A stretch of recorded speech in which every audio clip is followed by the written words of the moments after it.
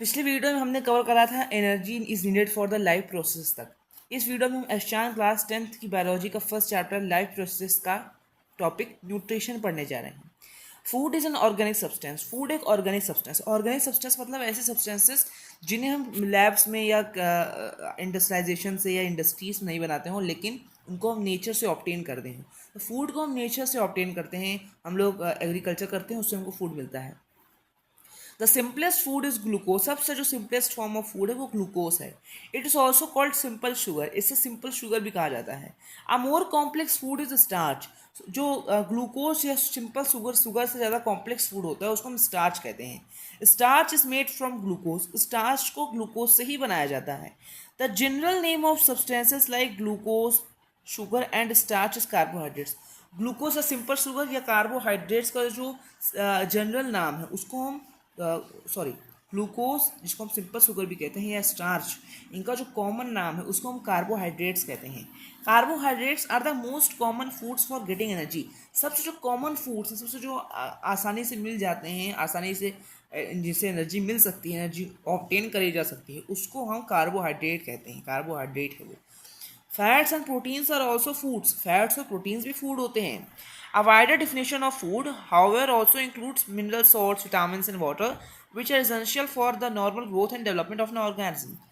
Fats और proteins तो food है ही, लेकिन और भी फूड की और डिफिनेशन भी होती है, जैसे कि मिनरल सॉल्ट्स, विटामिन्स, वाटर, ये सब भी क्या होते हैं, ये सब हमारी ग्रोथ और डेवलपमेंट के लिए ज़रूरी होते हैं। हमारे मतलब सभी लिविंग ऑर्गेनिजम्स की मैं यहाँ बात कर रहा हूँ। The process of taking in food, consuming food and utilising it is called nutrition. किसी फूड को इंगल्फ करना, इंजेस्ट करना और उसको यूटिलाइज करना, उसको ऑब्जॉर्व करना, उससे एनर्जी रिलीज करना, एनर्जी रिलीज करने में ऑब्जॉर्व करने तक रहिए, उसको हम न्यूट्रिशन कहते हैं।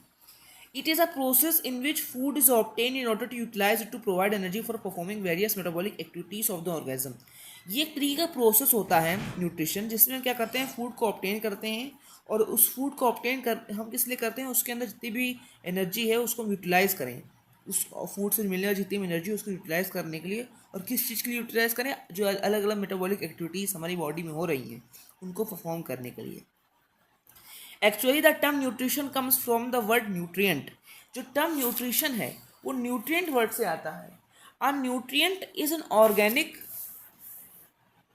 और inorganic substance required for the maintenance of life and survival of a living organism. किसी लिविंग ऑर्गेनिज्म की जो लाइफ है और उसके सर्वाइवल के लिए जो एक इनऑर्गेनिक या ऑर्गेनिक सब्सटेंस की ज़रूरत होती है, उसके सर्वाइवल को मेंटेन करने के लिए, उसको हम कहते हैं nutrient. In most simple terms a nutrient can be said to be a particular type of food. Nutrient को भी हम एक पर्टिकुलर टाइप ऑफ फूड कह सकते हैं। A nutrient can be defined as a substance which an organism obtains from its surroundings and uses it as a source of energy or for the biosynthesis of its body constituents like tissues and organs. Nutrient जो होता है उसको हम define कर सकते हैं कि ऐसा सब्सटेंस है जिसको एक ऑर्गेनिज्म जो है वो ऑब्टेन करता है अपने सराउंडिंग से। उस इनऑर्गेनिक ऑर्गेनिक मटेरियल को जो ऑर्गेनिज्म होता है वो अपने सराउंडिंग से ऑब्टेन करता है और उसको एक सोर्स ऑफ एनर्जी के रूप में यूटिलाइज करता है। किस लिए? क्योंकि जो उसके अंदर जो बॉडी कॉन्स्टिट्यूएंट्स है, जो टिश्यूज़ हैं, जो ऑर्गन्स हैं, उनके बायोसिंथेसिस के लिए, बायोसिंथेसिस मतलब उनको बनाने के लिए, मतलब टिश्यूज सेल्स जिसके बारे में हम पढ़े 9th क्लास में, उनको बनाने के लिए जो होता है उसके इसके लिए हम न्यूट्रिएंट का यूज़ करते हैं। और न्यूट्रिएंट जो होता है वही न्यूट्रिशन शब्द को वही बनाता है, न्यूट्रिएंट। और न्यूट्रिएंट के ज़रिए ही न्यूट्रिशन प्रोसेस काम में आता है। और जो न्यूट्रिशन है इसी वजह से सारी और लाइफ प्रोसेस हो पाती हैं। अगर न्यूट्रिशन लाइफ प्रोसेस ना हो तो और भी जितनी भी लाइफ प्रोसेस हैं वो पॉसिबल ना हो। The food taken in by the organism, for example, carbohydrates and fats are the nutrients which are used by an organism mainly as a source of energy, whereas proteins and mineral salts are nutrients used by an organism for the biosynthesis of its body proteins like skin, blood and etc. Carbohydrates और जो fats होते हैं वो nutrients ऐसे होते हैं जिससे एक ऑर्गेनिज्म को एनर्जी मिलती है, सोर्स ऑफ एनर्जी को। हम क्लास फर्स्ट सेकेंड से पढ़ते आ रहे हैं कि जो कार्बोहाइड्रेट्स होते हैं वो एनर्जी गिविंग फूड होते हैं। कार्बोहाइड्रेट्स, फैट्स, ये क्या होते हैं, एनर्जी गिविंग फूड होते हैं। और जो प्रोटीन्स और मिनरल्स होते हैं ये बिल्डिंग ब्लॉक्स ऑफ बॉडी होते हैं। हमने बहुत बार हमने पढ़ा है building blocks of body proteins और न्यूट्रिएंट्स को क्यों कहते हैं, प्रोटीन्स और मिनरल सॉल्ट्स को क्यों कहते हैं, ऐसे न्यूट्रिएंट्स को हम बिल्डिंग ब्लॉक्स ऑफ बॉडी क्यों कहते हैं?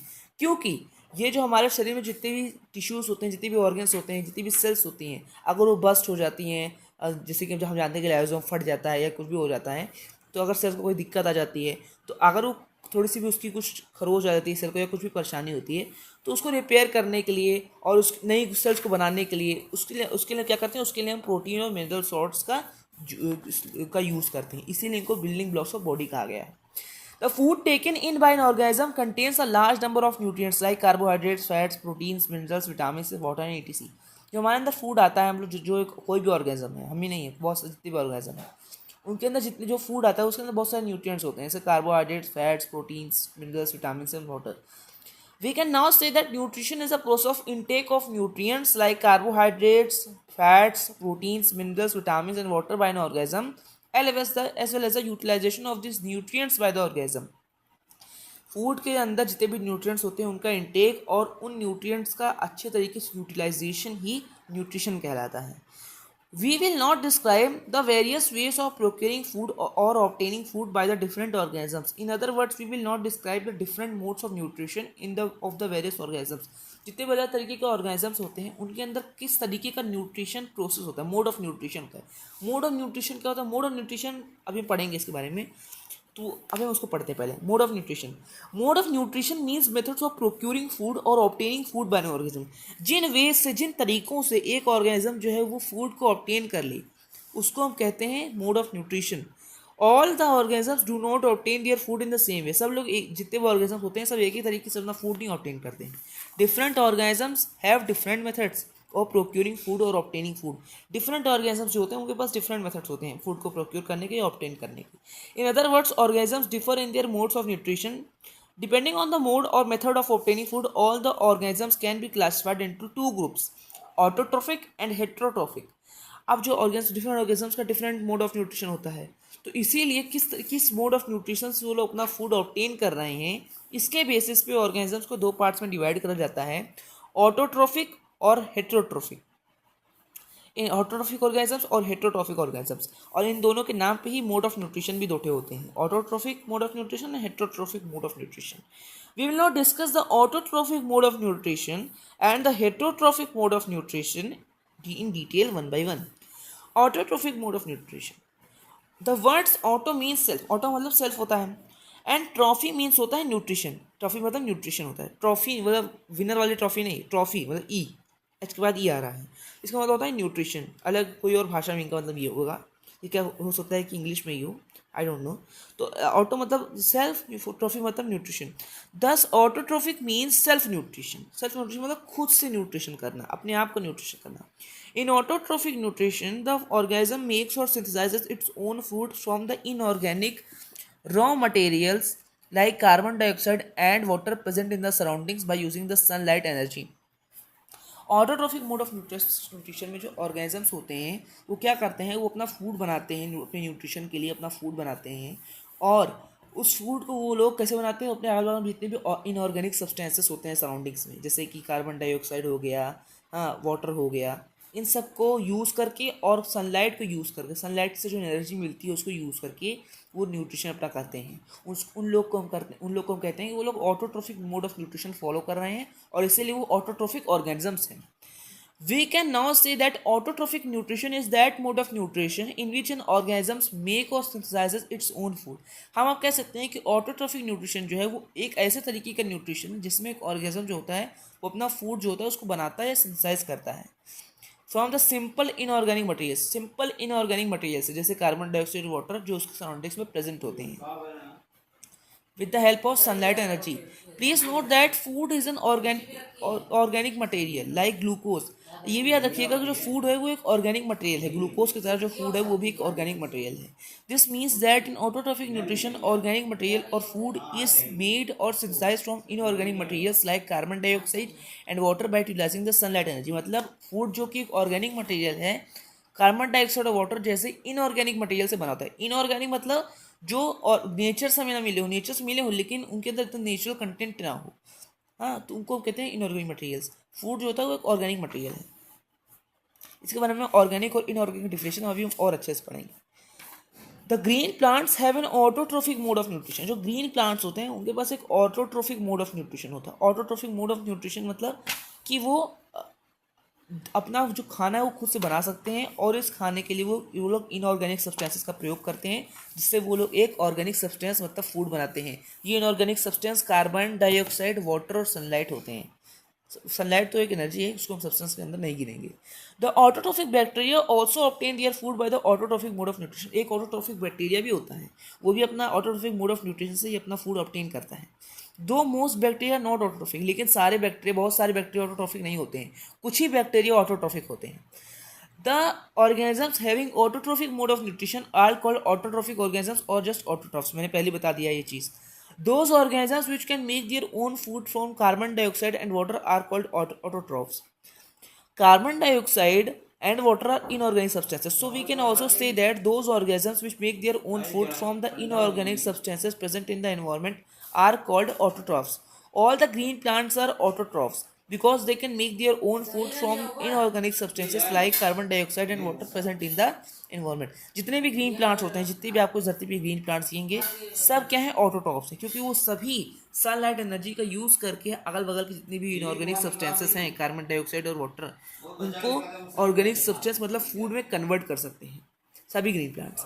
Non green plants are however not autotrophs. जो प्लांट्स ग्रीन नहीं होते हैं, जिनके अंदर क्लोरोफिल नहीं प्रेजेंट होता है स्पेसिफिकली, वो क्या होते हैं, वो ऑटोट्रॉफ्स नहीं होते हैं। Certain bacteria called autotrophic bacteria also autotrophs. कुछ बैक्टीरिया जिनको हम ऑटोट्रॉफिक बैक्टीरिया कहते हैं, तो वो भी क्या है, एक ऑटोट्रॉफ्स है। The autotrophic organism or autotrophs contain the green pigment called chlorophyll, which is capable of trapping sunlight energy. जो autotrophic organisms होते हैं वो एक green pigment contain करते हैं, जिसको हम chlorophyll कहते हैं। This trapped sunlight energy is utilized by the autotrophs to make food by combining inorganic materials like carbon dioxide and water present in the environment by the process of photosynthesis. और जो trapped sunlight energy होती है, वो green pigment जो होता है, जो chlorophyll होता है, वो क्या करता है, जो सनलाइट एनर्जी आती है सन से, उसको ट्रैप कर लेता है, अपने अंदर बंद कर लेता है। और जो ये ट्रैप्ड सनलाइट एनर्जी होती है, ये ऑटोट्रॉफ्स मतलब ग्रीन प्लांट्स के द्वारा, जो और जितने भी ऑटोट्रॉफ्स होते हैं उनके द्वारा, हम यहाँ ग्रीन प्लांट्स के बारे में ही बात कर रहे हैं, उनके द्वारा क्या होता है, वो फूड को बनाते हैं by combining inorganic materials like carbon dioxide and water. अगल बगल जो कार्बन डाइऑक्साइड और वाटर होता है उसको कंबाइन करते हैं इनऑर्गेनिक मटेरियल्स को, सनलाइट एनर्जी को ट्रैप करने की वजह से, करने के बाद in the environment bye the process of photosynthesis. और इसी को हम लोग फोटोसिंथेसिस कहते हैं। मतलब जो सनलाइट एनर्जी क्लोरोफिल ने अपने अंदर ट्रैप करी, उस सनलाइट एनर्जी का उपयोग करके इनऑर्गेनिक मटेरियल्स को कंबाइन करके ऑर्गेनिक मटेरियल बनाने की जो प्रोसेस होता है, उसको हम फोटोसिंथेसिस कहते हैं। Thus autotrophs make their own food by photosynthesis, so autotrophs are the producers of food. अब जो ऑटोट्रॉफ्स होते हैं वो अपना खुद से खाना बनाते हैं, और वो फोटोसिंथेसिस के द्वारा, तो इसीलिए वो फूड के प्रोड्यूसर्स हुए। ये प्रोड्यूसर्स शब्द आप याद रखिएगा, इसको हम चैप्टर 5 में फिर से पढ़ेंगे। The food produced by autotrophs, green plants, is also used by the human beings and many other animals. जो प्लांट्स जो बनाते हैं फूड, उस फूड का उपयोग ह्यूमंस बींग्स करते हैं और जितने भी एनिमल्स हैं सब करते हैं। इसीलिए इनको प्राइमरी प्रोड्यूसर्स भी कहा जाता है, क्योंकि सबसे पहले इन्होंने ही फूड प्रोड्यूस करा, और वही जो फूड है उसको ही सब जगह ट्रैवल कर रहा है अलग अलग फॉर्म में, उस न्यूट्रिएंट्स के फॉर्म में। Heterotrophic mode of nutrition. Heterotrophic क्या होता है? The word heteros means others and trophy means refers to nutrition. Trophy हमने पहले बता दिया, न्यूट्रिशन मतलब होता है। हेट्रो मतलब अदर्स, दस heterotrophic means nutrition obtain from others. मतलब जो न्यूट्रिशन हमें दूसरे ऑर्गेनिज्म से मिले उसको हम हेट्रोट्रॉफिक न्यूट्रिशन कहते हैं। In heterotrophic nutrition the organism can not make और synthesise its own food from the inorganic raw materials like carbon dioxide and water and uses the food made by autotrophic organism directly और indirectly. जो heterotrophic mode of nutrition होता है उसमें क्या होता है कि जो ऑर्गेनिज्म होते हैं वो खुद से खाना नहीं बना सकते। हेट्रोट्रॉफिक और हेट्रोट्रॉफ्स जो होते हैं वो खुद से खाना नहीं बना सकते हैं। जैसे हम चाहें तो हम कार्बन डाइऑक्साइड और वाटर को लेकर कंबाइन नहीं कर सकते। हम लोग सनलाइट एनर्जी हमको ही मिल रही है, लेकिन उसको हम लोग ट्रैप नहीं कर सकते, और ट्रैप करके हम लोग कंबाइन नहीं कर सकते हैं वाटर और कार्बन डाइऑक्साइड को। तो हम क्या हैं, हम लोग हेट्रोट्रॉफ्स, हम लोग ऑटोट्रॉफ्स नहीं हो सकते हैं। और इसीलिए जो खाना ऑटोट्रॉफ्स बनाते हैं या प्लांट्स बनाते हैं, ग्रीन प्लांट्स बनाते हैं या ऑटोट्रॉफिक बैक्टीरिया बनाते हैं या प्राइमरी प्रोड्यूसर्स बनाते हैं, उनका यूज़ करके हम लोग अपना न्यूट्रिशन पूरा करते हैं। और इसको हम डायरेक्टली और इनडायरेक्टली दोनों तरीके से इस न्यूट्रिशन का यूज़ करते हैं। डायरेक्टली हम लोग तब करते हैं, हम लोग सीधा प्लांट को खा लेते हैं। जैसे प्लांट के अलग अलग पार्ट्स है, स्टेम है, रूट है, उसको हम लोग खाते हैं। स्टेम मतलब जैसे पोटैटो है। और इनडायरेक्टली कैसे, जब जो लोग प्लांट्स को खाते हैं उनको जब कोई खाए, जैसे जो चिकन होती है वो क्या होती है, वो कीड़ों को खाती है। कीड़े जो होते हैं वो प्लांट्स को खाते हैं। कीड़े ने प्लांट्स को खाया, चिकन ने कीड़ों को खाया, हमने चिकन को खाया। तो ये हमने क्या करा, हमने इनडायरेक्टली कंज्यूम करा। जो न्यूट्रिशन दे रहे थे प्लांट्स, चल रहा था न्यूट्रिशनल प्रोसेस, उसको हमने इनडायरेक्टली अपना न्यूट्रिशन प्रोसेस कंप्लीट करा इस तरीके से. We can now say that heterotrophic nutrition is that mode of nutrition in which an organism cannot make or synthesize its own food from simple inorganic materials like carbon dioxide and water and depends on other organisms for its food. A heterotrophic organism is a consumer which derives its nutrition from other organisms. हम consumer जितने भी heterotrophic organisms हैं सब consumer producers नहीं हैं. That is a heterotrophic organism has to eat other organisms for its nutrition. All the animals have a heterotrophic mode of nutrition. Most bacteria and fungi also have heterotrophic mode of nutrition. जो bacteria और fungi होते हैं वो भी heterotrophic mode of nutrition he follow करते हैं. ये जो आप याद रखिएगा कौन सा मोड ऑफ न्यूट्रिशन फॉलो कर रहा है, क्योंकि अभी जब 11th में जाएंगे तो आपको 11th में फिर से एक बार पढ़ना पड़ेगा क्योंकि इसके ऊपर ही डिवाइड करा जाता है. जो ऑर्गेनिजम्स होते हैं उनको इसी के ऊपर डिवाइड करा गया है, 5 किंगडम क्लासिफिकेशन जो दिया गया है.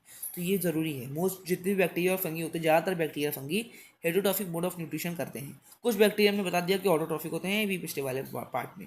The organisms having heterotrophic mode of nutrition are called heterotrophic organisms or just heterotrophs.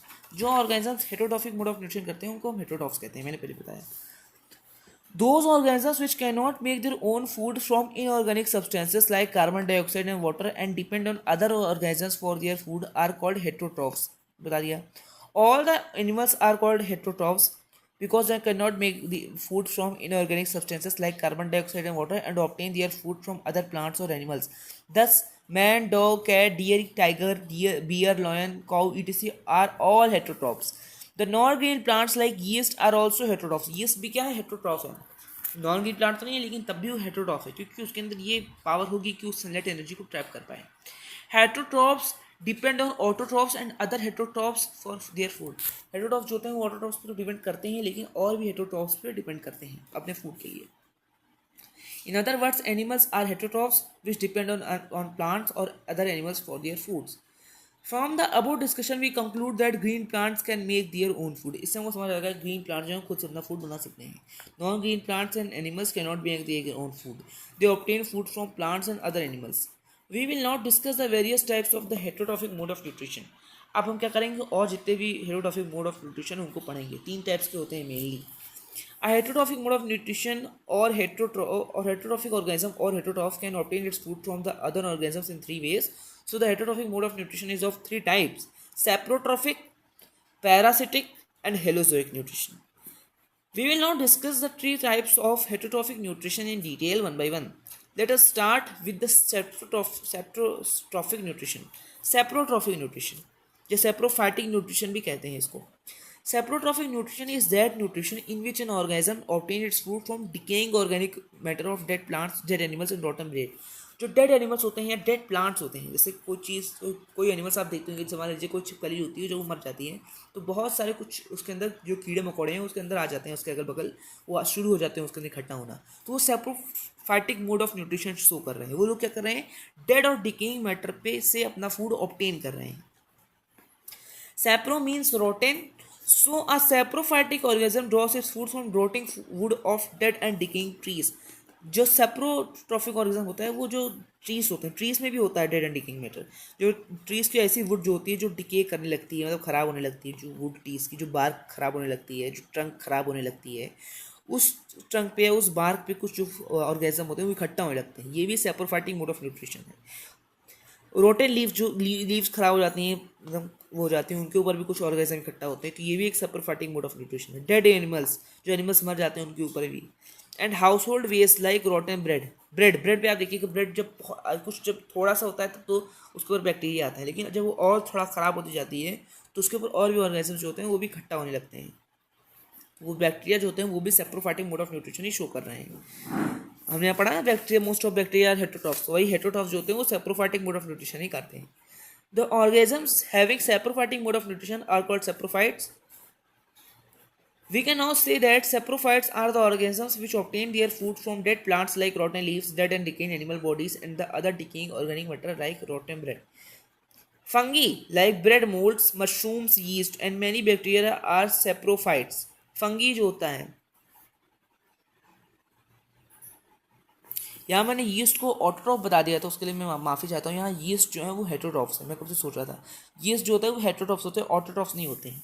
तो यहाँ पे बताया गया है कि जो यीस्ट होते हैं, फंगी होते हैं, फंगी जो ब्रेड मोल्ड्स पे लगते हैं, ब्रेड खराब होने पे लगते हैं, मशरूम्स जो होते हैं, यीस्ट, ये सब क्या है, ये और जितने भी बैक्टीरिया हैं वो सब क्या है, सेप्रोफाइट्स हैं। We know that fungi and bacteria are a kind of plants, fungi और बैक्टीरिया एक तरीके के प्लांट्स हैं, फंगी और बैक्टीरिया एक तरीके के प्लांट्स हैं। So we can now also say that saprophytes are the plants which feed on dead and decaying organic matter, मतलब ऐसे ऑर्गेनिजम्स जो खुद से अपना खाना नहीं बना सकते, इसलिए वो डेड और डिकेइंग मैटर पर बेचारे डिपेंड करते हैं, तो उनको saprophytes कहते हैं। The saprophytes break down the complex organic molecules present in dead and decaying matter and convert them into simpler substances outside their body. जो dead और decaying matter के अंदर जो complex organic molecules होते हैं उनको simpler substances में convert करते हैं कौन, saprophytes, अपनी बॉडी के बाहर। These simpler substances are then absorbed by saprophytes as their food, और जब ये कन्वर्ट कर लेते हैं simpler substances में, उसके बाद ये लोग उसको इंजेस्ट करते हैं, अब्जॉर्ब करते हैं। Please note that the saprophytic nutrition is also known as saprotrophic nutrition, दोनों एक ही है, सेप्रोट्रॉफिक या saprophytic. Parasitic nutrition, the parasitic nutrition is that nutrition in which an organism derives its food from the body of another living organism called its host without killing it. जब एक organism किसी दूसरे organism से अपना food derive करे, उस organism को वो होस्ट बना ले, होस्ट बना के उस अपना फूड उससे डिराइव करे और उसको मारे भी ना, तो उसको parasitic mode of heterotrophic nutrition कहते हैं। The organism which obtains the food is called a parasite. अब जो ऑर्गेनिज्म किसी दूसरे ऑर्गेनिज्म को होस्ट बना के अपना फूड ऑब्टेन करता है उसको हम पैरासाइट कहते हैं। और the end organism from whose body is obtained is called the host, और जिसकी बॉडी से फूड ऑब्टेन करा जा रहा है उसको हम होस्ट कहते हैं। We can now say that a parasite is an organism, plant और animal which feeds on other living organism called its host. जो ऑर्गेनिज्म खुद से खाना ना बना सके, इसलिए वो अपना हेटेरोट्रॉफिक मोड ऑफ न्यूट्रिशन उसके अंदर क्या हो, उस न्यूट्रिशन में वो क्या करे, वो दूसरे ऑर्गेनिज्म के ऊपर फीड करे, दूसरे ऑर्गेनिज्म के ऊपर फीड करे और जिसको वो होस्ट बना ले। A parasite receives its food from the host but gives no benefit to the host in return. Host से वो फूड तो लेता है लेकिन होस्ट को वो कोई बेनिफिट नहीं देता parasite. A parasite usually harms the host. Parasite जो होता है वो होस्ट को हार्म ही करता है, उसको फायदा नहीं करता कुछ। द होस्ट में बी अ प्लांट और एन एनिमल, जो होस्ट है वो एक प्लांट भी हो सकता है और एक एनिमल भी हो सकता है। Most of the diseases which affect mankind his domestic animals like dogs and cattle and his crops are caused by parasites. अब जो बहुत सारी जो डिजीजेस होती हैं ह्यूमंस को, जैसे कि डोमेस्टिक एनिमल्स होते हैं जैसे डॉग्स और कैटल, जो और जो क्रॉप्स होते हैं, क्रॉस में जो डिजीजेस होती हैं, ह्यूमन से नहीं होता मैन का, मतलब जितनी भी लिविंग थिंग्स हैं जैसे कि डॉग्स, कैटल और जो क्रॉप्स होती हैं, इन सब जैसे आप देखिए कभी कभी क्रॉप्स जो होती है, फसल जो होती है वो ख़राब हो जाती है। डॉग्स और कैटल्स में कभी कभी देखिएगा उनके ऊपर कीड़े लग जाते हैं या उनके अंदर वो भी क्या बोलते हैं, वो भी उनकी हेल्थ जो होती है बिगड़ने लगती है। तो ये भी किसकी वजह से होता है, ये भी पैरासाइट्स की वजह से होता है, मतलब ऐसे ऑर्गेनिजम्स की वजह से होता है जो इनको होस्ट बना के न्यूट्रिशन लेते रहते हैं अपना। Parasitic mode of nutrition is observed in several fungi, bacteria, a few plants like cuscuta, amarbel and some animals like plasmodium and round worms. अमरबेल एक पौधा होता है, वो पौधा भी क्या करता है, वो भी एक पैरासिटिक मोड ऑफ न्यूट्रिशन करता है, मतलब वो किसी और दूसरे पौधे या पेड़ पे चढ़ गया होगा और उससे अपना न्यूट्रिशन एक्सट्रैक्ट कर रहा होगा। प्लाज्मोडियम और राउंड वर्म्स ये भी इसी तरीके का parasitic mode of nutrition show करते हैं। दस the micro organism Plasmodium which causes malaria disease is a parasite. हमने पढ़ा है कि जो प्लाज्मोडियम होता है वो क्या करता है, वही जिम्मेदार होता है मलेरिया को फैलाने के लिए। मलेरिया फैलाने के लिए वैसे फीमेल एनोफिलीज मॉस्कीटो जिम्मेदार होता है, एक मच्छर जिम्मेदार होता है, मच्छर मतलब मादा मच्छर जिम्मेदार होता है, इसका नाम फीमेल एनीफिलीज मॉस्कीटो होता है। लेकिन जिस ऑर्गेनिज्म उसको भी ये फीमेल एनीफिलीज जो मॉस्कीटो होता है उसको भी ये जो बीमारी होती है, उसको भी जो डिजीज़ होती है कहीं से मिलती होगी ना, तो किससे मिलती है, वो प्लाज्मोडियम माइक्रो ऑर्गेनिज्म से मिलती है। और प्लाज्मोडियम भी एक पैरासाइट होता है, मतलब जिसके ऊपर चढ़ता है उसको बीमार करता ही और भी लोगों को बीमार करता है। Round worm which causes disease in man and domestic animals like dogs and cattle is also parasite. Round worm जो होता है वो भी एक तरीके का पैरासाइट है। Round worms live inside the body of man and his domestic animals. Round worm जो होते हैं वो हमारे शरीर है उसके अंदर रहते हैं। Several fungi and bacteria and plants like Cuscuta, Amarvale are also parasites. Some other examples of parasites are ticks, lice, leeches and tapeworms. Ticks नहीं पता मुझे, आपको बताऊंगा बाद में। लाइस मतलब जुएं भी पैरासाइट होती हैं। लीचेस, टेपवर्म्स ये सब भी पैरासाइट होती हैं। Round worm has a parasitic mode of nutrition. Round worm का एक पैरासिटिक मोड ऑफ न्यूट्रिशन देखिए राउंड वर्म होता है। Round worm is a common intestinal parasite of man, जिसको हम पेट का कीड़ा भी बोलते हैं, पेट में कीड़े लगते हैं तो वो राउंड वर्म ही होता है जो पेट में कीड़े लगाता है। Roundworms remain free in the intestine of an infected man host and obtain their food from it. जो फूड हम खाते हैं उस फूड को वो लोग उससे अपना न्यूट्रिशन लेते हैं। इसलिए कई बार आप देखिए कि जिनके पेट में कीड़े होते हैं उनको न्यूट्रिशन नहीं मिल पाता ठीक से, उनका कुछ खाना है वो ठीक से उनको लगता नहीं, फिर लोग डॉक्टर के पास जाते हैं क्योंकि उनके पेट के अंदर राउंडवर्म होता है जो उनके अंदर न्यूट्रिशन लेता है, क्योंकि पैरासाइट होता है। Holozoic nutrition, holozoic nutrition means feeding on solid food, feeding on solid food. कोई सॉलिड फूड है उसके ऊपर जो फीड करने का जो टाइप ऑफ न्यूट्रिशन होता है उसको हम होलोजोइक न्यूट्रिशन कहते हैं, विच में बी अ प्लांट प्रोडक्ट और एन एनिमल प्रोडक्ट। और जो ये फीड करने का जो तरीका है होलोजोइक न्यूट्रिशन, जो फीड करता है दूसरे सॉलिड फूड पे, वो सॉलिड फूड क्या हो सकता है, प्लांट भी हो सकता है, एनिमल भी हो सकता है, इसको हम होलोजोइक मोड ऑफ न्यूट्रिशन कहते हैं। मतलब कि कोई ऑर्गेनिज्म खुद खाना नहीं बना सकता, इसलिए किसी दूसरे प्लांट या एनिमल पर फीड करता है, उसको हम होलोजोइक न्यूट्रिशन कहते हैं। Most of the animals including human beings take the solid food into their body by the process of injection. हम भी क्या है, होलोजोइक न्यूट्रिशन मोड दिखाने वाले लोग हैं। हम भी क्या करते हैं, हम भी जो सॉलिड फूड होता है वो अपनी बॉडी के अंदर लेते हैं इंजेक्शन वाले प्रोसेस की मदद से। The ingested food is then digested, broken down into some simpler substances which are then absorbed into the cells।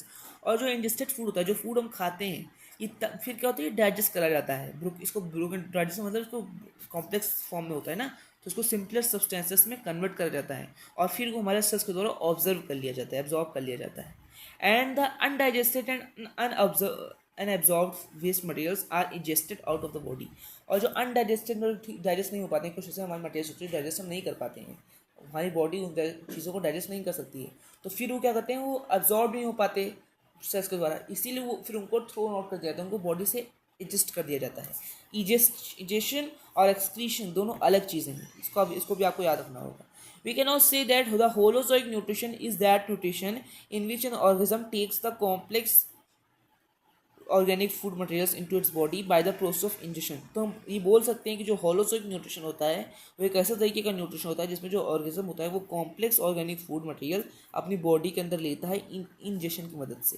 The ingested food is digested and then absorb into the cells, into the body cells of the organism. और जो ingested food होता है उसको digest कर जाता है और फिर ये बॉडी सेल्स के द्वारा ऑब्जॉर्व कर लिया जाता है। The undigested and absorbed food part of the body is thrown out of the body of the organism by the process of egestion। और जो हम लोग डाइजेस्ट नहीं कर पाते, हमारे शरीर एब्जॉर्ब नहीं कर पाती, उस पार्ट ऑफ फूड को हमारे शरीर से निकाल दिया जाता है, जिस प्रोसेस को हम इजेशन कहते हैं। The human beings and most of the animals have a holozoic mode of nutrition. Human beings मतलब हम और जितने भी एनिमल्स होते हैं ज़्यादातर, उनका एक होलोजोइक मोड ऑफ न्यूट्रिशन होता है। In other words, man, cat, dog, cattle, deer, tiger, lion, bear, giraffe, frog, fish and amoeba, ये सब का होलोजोइक मोड ऑफ न्यूट्रिशन है। देखिए जिराफ का एक होलोजोइक मोड ऑफ न्यूट्रिशन होता है, ये दिखा रहा है कि जिराफ जो है देखो ये सॉलिड फूड ले रहा है, सॉलिड मतलब लीव्स को देखो सॉलिड फूड खा रहा है, जिराफ जो है लीव्स, जो लीव्स हैं उनको खा रहा है। दिस इज क्लोरोफिल, देखिए क्लोरोफिल होता है, it has been extracted from the green leaves of plants. यही क्लोरोफिल जिम्मेदार होता है किस चीज़ के लिए, फोटोसिंथेसिस के, यही क्लोरोफिल जिम्मेदार होता है और इसको एक्सट्रैक्ट करा गया है प्लांट्स की ग्रीन लीव्स से।